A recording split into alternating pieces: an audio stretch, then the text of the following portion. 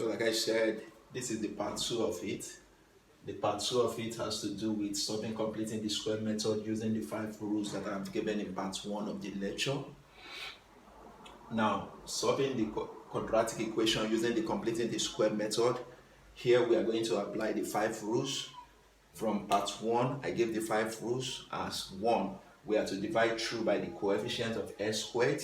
Then the second rule is we are to transfer the constant term to the right hand side. Then the third rule is we are to add half of the coefficient of x to both sides and square it. Then the fourth rule is we are to rewrite the left hand side as x plus a in close bracket then raised to the power of n. Then the final rule states that we are to take the square root of both sides. Now, solving this kind of equation on the board, the first rule is meant to be ignored because the coefficient of s squared here is 1. And when I am dividing everything by the coefficient of s squared, which is 1, that means likely there is every possibility that I'm going to have the same thing I am having here back. So we are going to omit the first rule and quickly move to the second rule. The second rule which states what? That we are to transfer the constant term to the right hand side. So when we are moving the constant term to the right hand side, the constant value here is minus 3. So when we move the minus 3 outside, we are expected to get plus 3. So we are omitting the first rule and moving to the second rule direct that states that we have to transfer the what? Constant term. The constant value we are having here is minus 3. So when we move the minus 3 outside, we are having plus 3 automatically. That will give us s squared minus 2x equal to, collecting like terms here, we are going to have 0 plus 3, which is going to give us 3. So this is the second rule. So we call it the second rule. Now, moving to the third rule. What is the rule? Now the rule is we are to what? We are to add half. We are to add half of the coefficient of x to both sides and square it. We are to add half of the coefficient of x to both sides and square it. Now, the coefficient of x here is minus 2. And half of minus 2 will give us minus 2 times 1 over 2.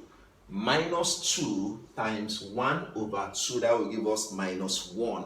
So we are meant to square the minus 1. So we are to what?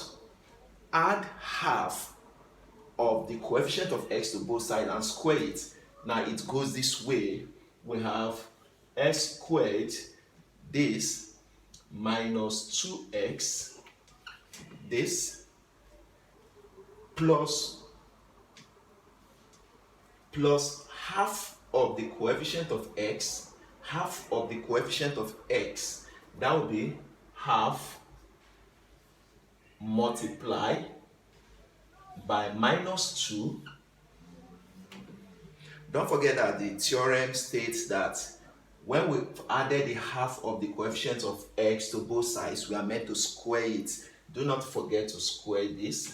So we have to square it. That is the power of 2 there.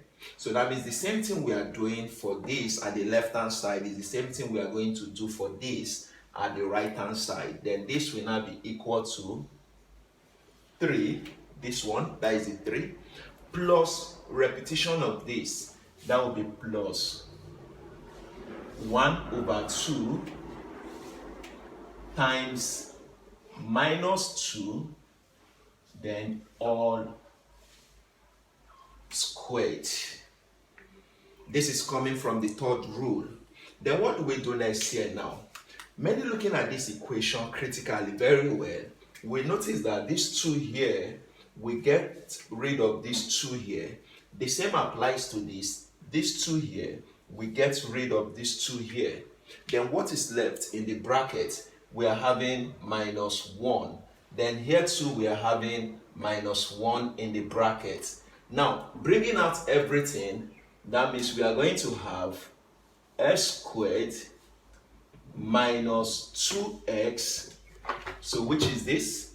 S squared minus 2x, then plus, that is the positive sign we are having here, Then in bracket, we are having the minus 1 left in the bracket, then all squared, which is the power of 2, then equal to 3.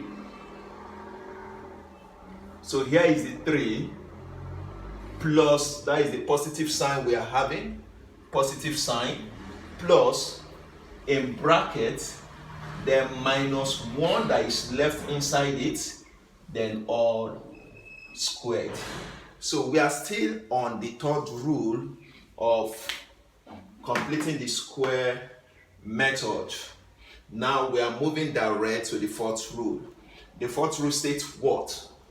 That we are to what? Rewrite the left hand side as x plus a in close bracket raised to the power of n. That is, when we've gotten to the fourth rule, there is something we have to take note of. The middle parameter, that is the middle value we are having, which is minus 2x, we have to get rid of it. So we don't need this for now. Since we've gotten to the fourth rule, all we have to write here, we bring out the x, this x, rewrite the x, leave the power of 2 for now, x, then plus minus is going to give us minus, then 1. So here is our 1, this, then you now square it.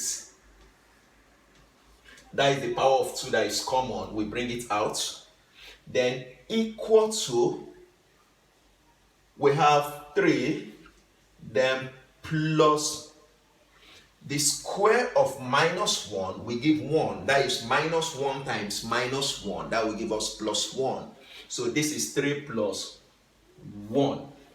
So that is what we are having for the square of minus 1, 1. And remember, here we are going to have 2 results. That is 2 answers when dealing with quadratic equation.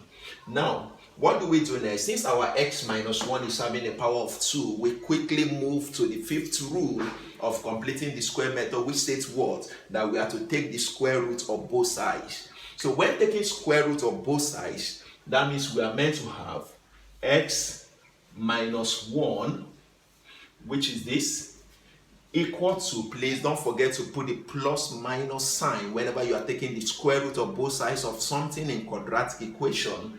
We have plus minus, then square root of 4. 3 plus 1 is 4.